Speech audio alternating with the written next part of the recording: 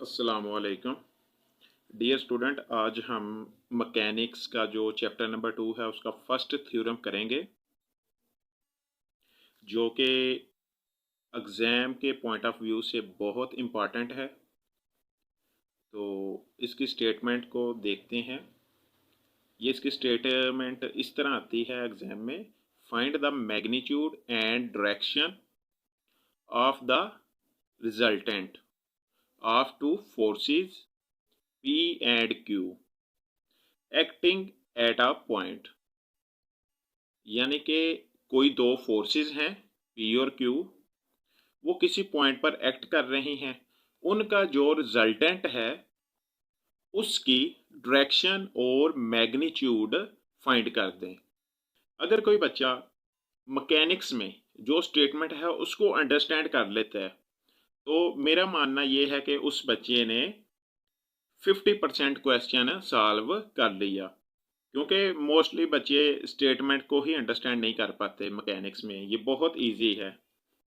तो सबसे पहले तो उसने दो फोर्सेस बताई हैं, तो हम दो फोर्सेस लेट कर लेते हैं। फॉर एग्जांपल ये है जी फोर्स,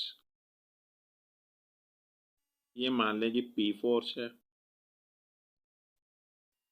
और ये मान लें जी क्यू फोर्स है। और ये किसी पॉइंट ओ पर एक्ट कर रहे हैं, और इनके दरमियान ज़ाहिर कोई एंगल भी होगा, तो हम लेट कर लेते हैं जी ये एंगल क्या है जी, अल्फ़ा है। ठीक है। और ये जो पी फोर्स है ये ओ ए के इक्वल है, और ये जो क्यू फोर्स है ये ओ बी के इक्वल है। तो मैकेनिक्स में जो काम हम करते हैं उसकी थ्योरी भी लिखनी होती है।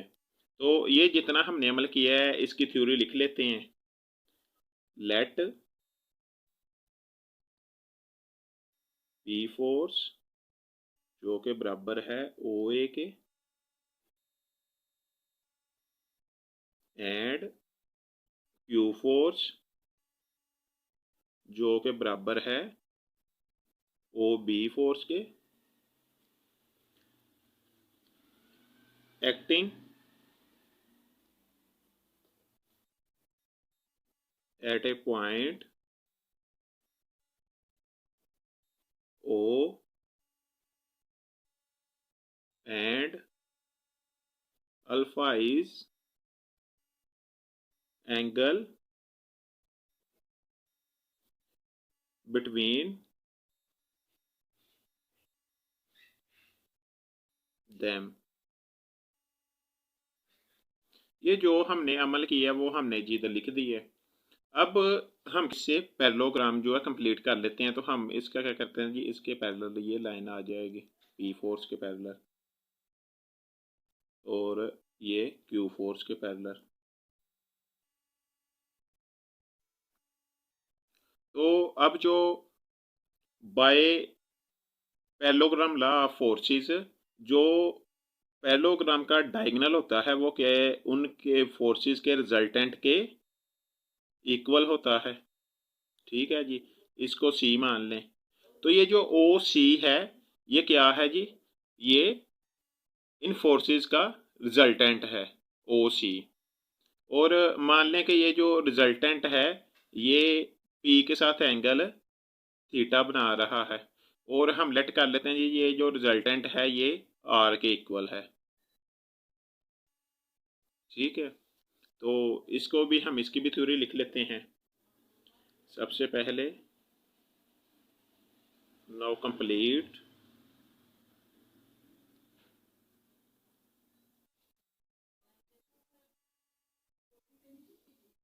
Parallelogram O A C B, O A C B. Let R be the resultant and resultant R makes angle theta with P force. ये थीटा है जी, क्यू नहीं है, थीटा। ये जो हमने यानी कि हमने लेट किया था ना, ये जो रिजल्टेंट है इसका नाम हमने इधर लेट किया था जी कि आर, और ये एंगल क्या बना रहा है पी के साथ, थीटा लेट किया था। तो ये हमने इधर थ्योरी उसकी लिख दी है। अब हमने क्या कहा था जी कि by parallelogram law of forces O C जो है यानी कि जो डायगोनल है वो इसके रिजल्टेंट के इक्वल होता है। तो ये इसकी भी थ्योरी लिख देते हैं इधर। Then by parallelogram law of forces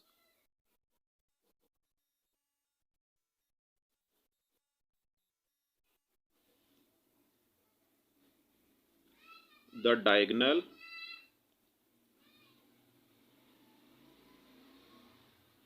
of parallelogram OC is called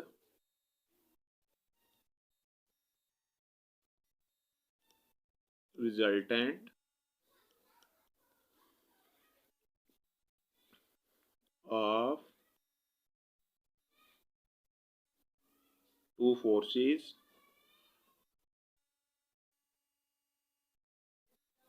P and Q। ये जो OC है जी ये रिजल्टेंट है, तो इसको हमने लेट किया था जी, ये क्या है R, तो ये इधर हम ऐसे लिख देते हैं।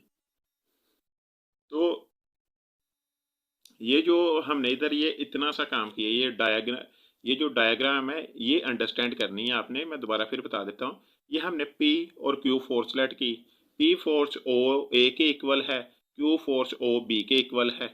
ये और इनके दरमियान हमने लेट किया जी कि कोई जो एंगल है उसको हमने लेट कर लिया अल्फा है। तो ये हमने इसकी थ्योरी लिख दी इधर, ये जो हमने काम की है। उसके बाद हमने पैरेललोग्राम मुकम्मल की।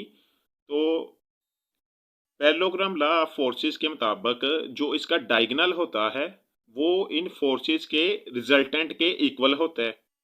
तो हमने क्या किया जी, ये जो ओ सी है ये रिजल्टेंट है फिर इस लिहाज से पैरेललोग्राम लॉ ऑफ फोर्सेस के मुताबिक। तो हमने इस ये जो रिजल्टेंट है इसको नाम दे दिया जी कि मान लें कि ये आर के इक्वल है, और ये जो रिजल्टेंट है ये पी फोर्स के साथ एंगल थीटा बना रहा है। तो ये जो हमने किया अमल, ये लेट किया जो हमने ये इधर कर दिया। हमने पहले पैरेललोग्राम कंप्लीट की, तो ये हमने लिख दिया नाउ कंप्लीट द पैरेललोग्राम। उसके बाद हमने वो सारा लिख दिया जी कि हमने लेट किया कि रिजल्टेंट आर है और जो रिजल्टेंट है वो एंगल थीटा बना रहा है पी के साथ। फिर हमने ये इधर लिख दिया then by parallelogram law of forces the diagonal of parallelogram O C, जिसको हमने आर लेट किया था, is called resultant of two forces. ये हमने वो लिख दी उसकी प्रॉपर्टी कि पी एंड क्यू दो फोर्सेस का रिजल्टेंट है ये। तो देर फॉर क्या हुआ, देर फॉर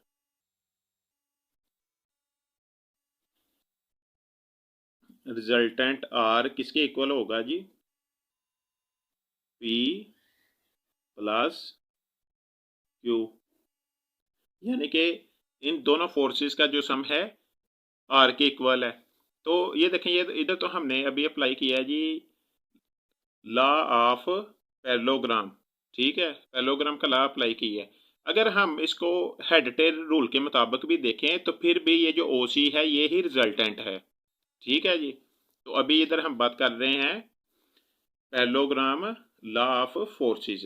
तो ये हमारे पास आ गई जी इक्वेशन 1 का नाम दे देते हैं इसको। ये देखें, ये अभी हमने जो ये इतना काम किया ये हमने स्टेटमेंट तैयार की है।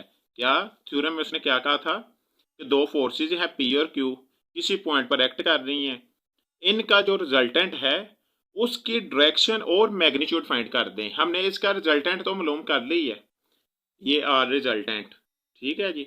अब हम इसकी मैग्नीट्यूड फाइंड करेंगे और फिर इसकी हम डायरेक्शन फाइंड करेंगे। तो मैग्नीट्यूड जो है वो फाइंड करने के लिए हम क्या करेंगे जी, ये फोर्स एक वेक्टर क्वांटिटी है, तो इसकी जो मैग्नीट्यूड फाइंड करने हैं उसका तरीकाकार है जी, हम इसका स्क्वेयरिंग बोथ साइड कर देंगे। तो वेक्टर के स्क्वायर का मतलब ही डार्ट होता है, तो डार्ट होगा तो वो डार्ट एक स्केलर क्वांटिटी है, तो वो मैग्नीट्यूड आ जाएगी उससे। तो हम इधर क्या लिखेंगे जी, स्क्वेयरिंग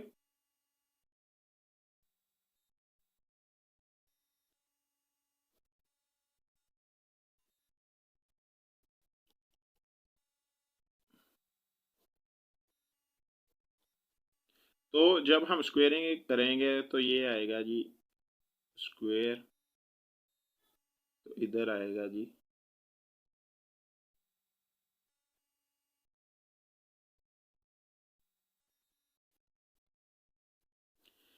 अब किसी भी वेक्टर का जो स्क्वायर होता है उसका, उससे मुराद होता है जी उसी ही वेक्टर का उसी वेक्टर के साथ डॉट। तो इधर भी सेम ऐसे ही यही अमल होगा, P+Q।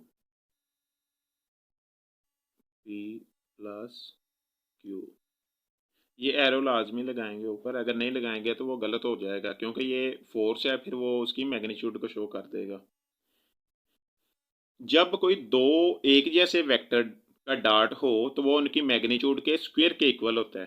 तो इधर क्या आएगा जी, आर स्क्वायर। ठीक है जी। तो इधर डॉट आना था।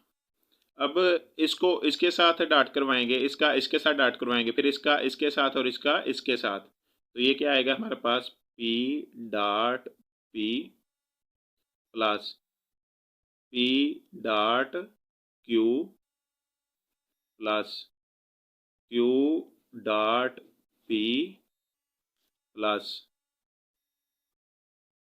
Q dot Q. तो ये दो सेम वेक्टर का डॉट है, एक जैसे वेक्टर का डॉट उसकी मैग्नीट्यूड के स्क्वायर के इक्वल होता है। तो ये भी दो सेम वेक्टर हैं, इनका डॉट भी इसकी मैग्नीट्यूड के स्क्वायर के इक्वल होगा।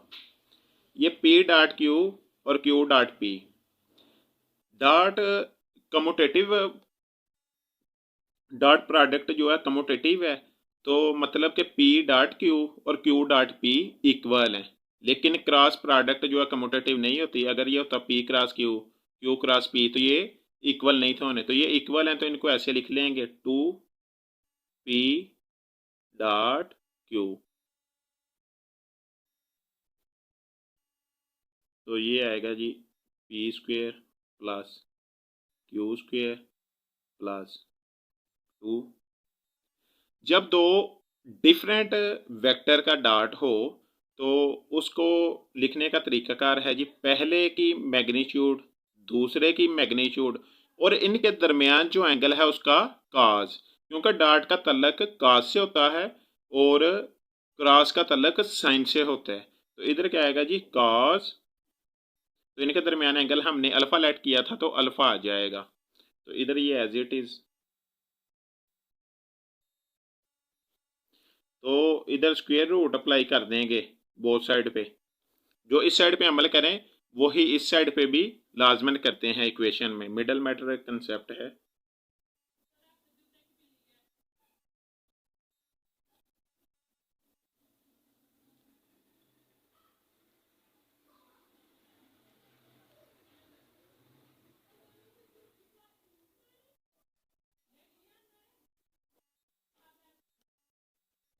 ये जी हमने जो दो फोर्सेस पी और क्यू किसी पॉइंट पर एक्ट कर रही थी उनके रिजल्टेंट की मैग्नीट्यूड तो हमने फाइंड कर ली है।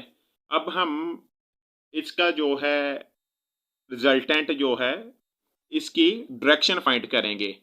तो डायरेक्शन फाइंड करने का तरीका क्या होता है जी, कि रिजल्टेंट का जो एंगल होता है उसके टैन की कीमत मालूम कर लेते हैं, यानी कि हम टैन थीटा की वैल्यू मालूम करेंगे।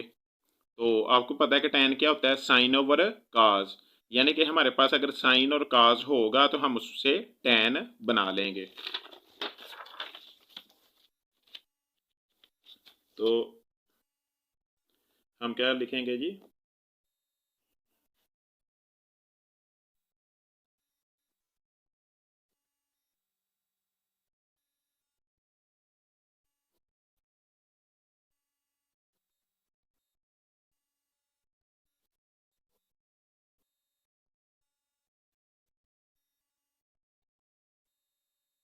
अब हम क्या करते हैं जी, टेक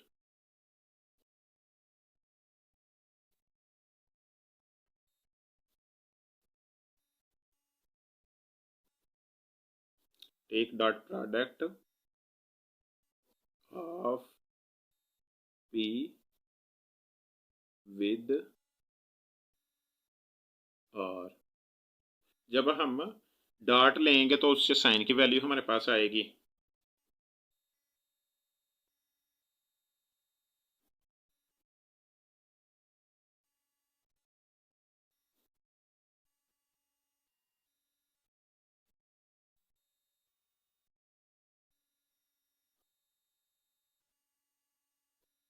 इधर आर भी लिख सकते हैं, वन भी लिख सकते हैं, वो एक ही बात है।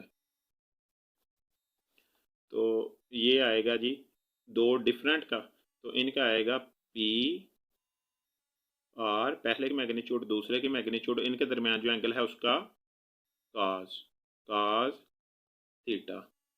अब ये देखें मैंने P के साथ लिखा था, इधर हम Q के साथ भी लिख सकते हैं, लेकिन क्योंकि हमने इसका एंगल जो है P के साथ लेट किया था तो इसलिए हमने P लिखा, क्योंकि जो डॉट प्रोडक्ट होता है उसमें जो दो फोर्सेस होते हैं उनके दरमियान एंगल की भी ज़रूरत होती है। तो इसलिए अगर हम Q लेते तो इसके दरमियान हमने लेट नहीं था किया, इसलिए हमने P के साथ करवा दी है। उसके साथ भी करवा सकते हैं, लेकिन यह है कि जिसके साथ लेट किया हो उसके साथ हम करते हैं। तो इधर आएगा जी P dot P plus P dot Q। दो एक जैसे वेक्टर के डॉट जो है वो होता है जी उसकी मैग्नीट्यूड के स्क्वायर के इक्वल। तो ये आएगा P Q cos alpha,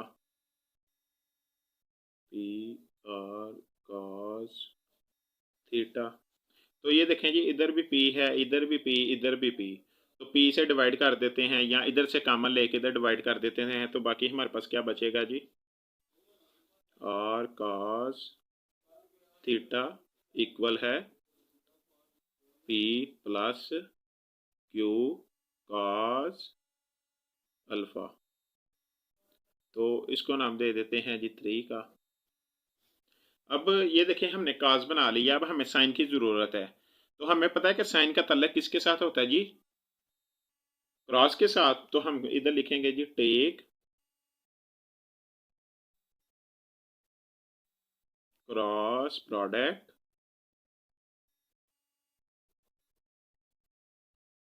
of P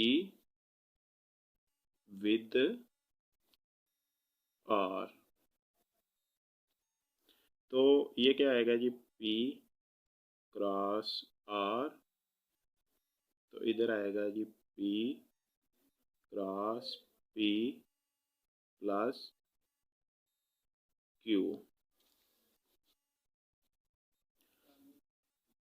दो डिफरेंट जो वेक्टर होते हैं उनका क्रॉस जो होता है वो फाइंड करने का तरीका है पहले की मैग्नीट्यूड दूसरे की मैग्नीट्यूड और इनके दरमियान जो एंगल है उसका साइन। P और R के दरमियान एंगल थीटा लेट किया था हमने, तो उसका क्या आएगा जी साइन। इधर आएगा जी P cross P plus P cross Q। दो एक जैसे वेक्टर का जो क्रॉस होता है वो जीरो के इक्वल होता है,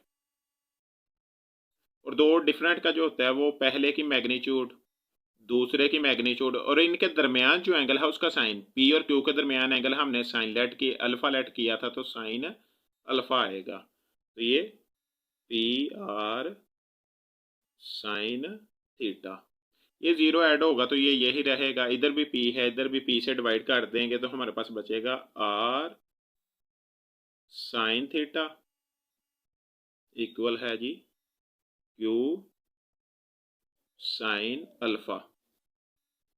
तो ये है हो गई जी इक्वेशन 4। अब साइन ओवर कास टेन होता है तो हम क्या करेंगे जी, इधर लिखेंगे डिवाइडिंग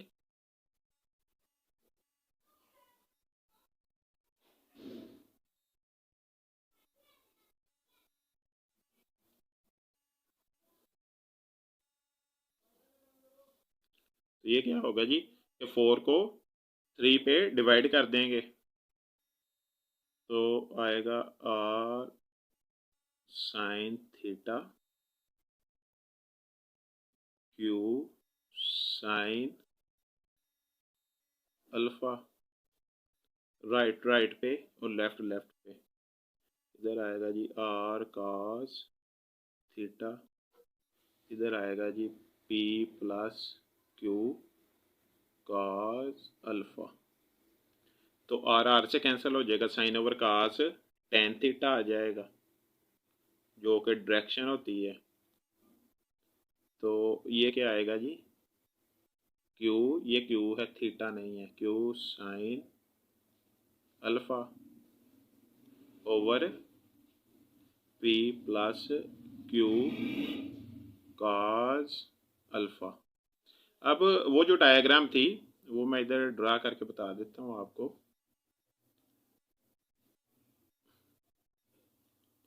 ये क्यू फोर्स थी, ये ओ पॉइंट था, इनके दरमियान एंगल अल्फ़ा था, और ये पी फोर्स ये ओ ए के इक्वल थी, ये ओ बी के।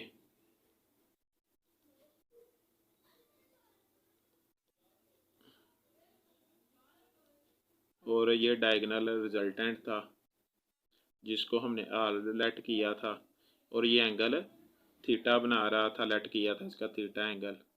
तो ये भी क्यू फोर्स है, पैरेलल है, ये भी पी फोर्स है, ये क्यू फोर्स है। तो अब ये देखें एक चीज़ जो आपने जहन नशीन करनी है, हम एंगल मेजर करते हैं एक्स एक्सिस से, ठीक है, तो इसके साथ हम एंगल लेट करते हैं, ठीक है। तो आप इसको ऐसे भी कह सकते हैं ये वर्टिकल है और ये हॉरिजॉन्टल है।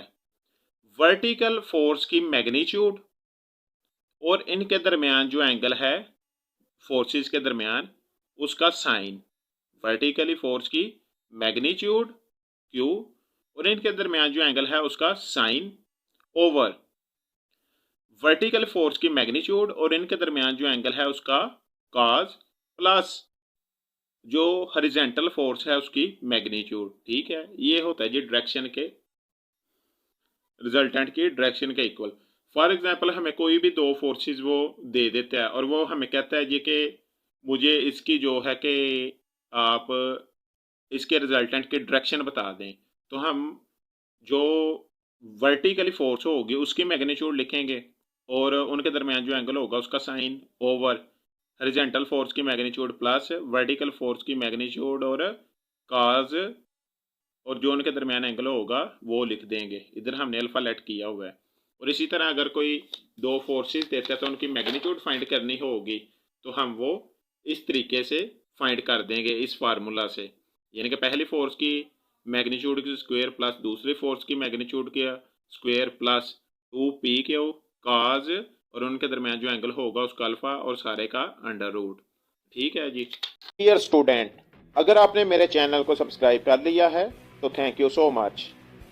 लेकिन अगर आप मेरे चैनल पर न्यू हैं तो मेरे चैनल को सब्सक्राइब और बेल आइकन को प्रेस कर लें ताकि मेरी न्यू आने वाली वीडियोस का नोटिफिकेशन आपको वक्त पर मिल सके।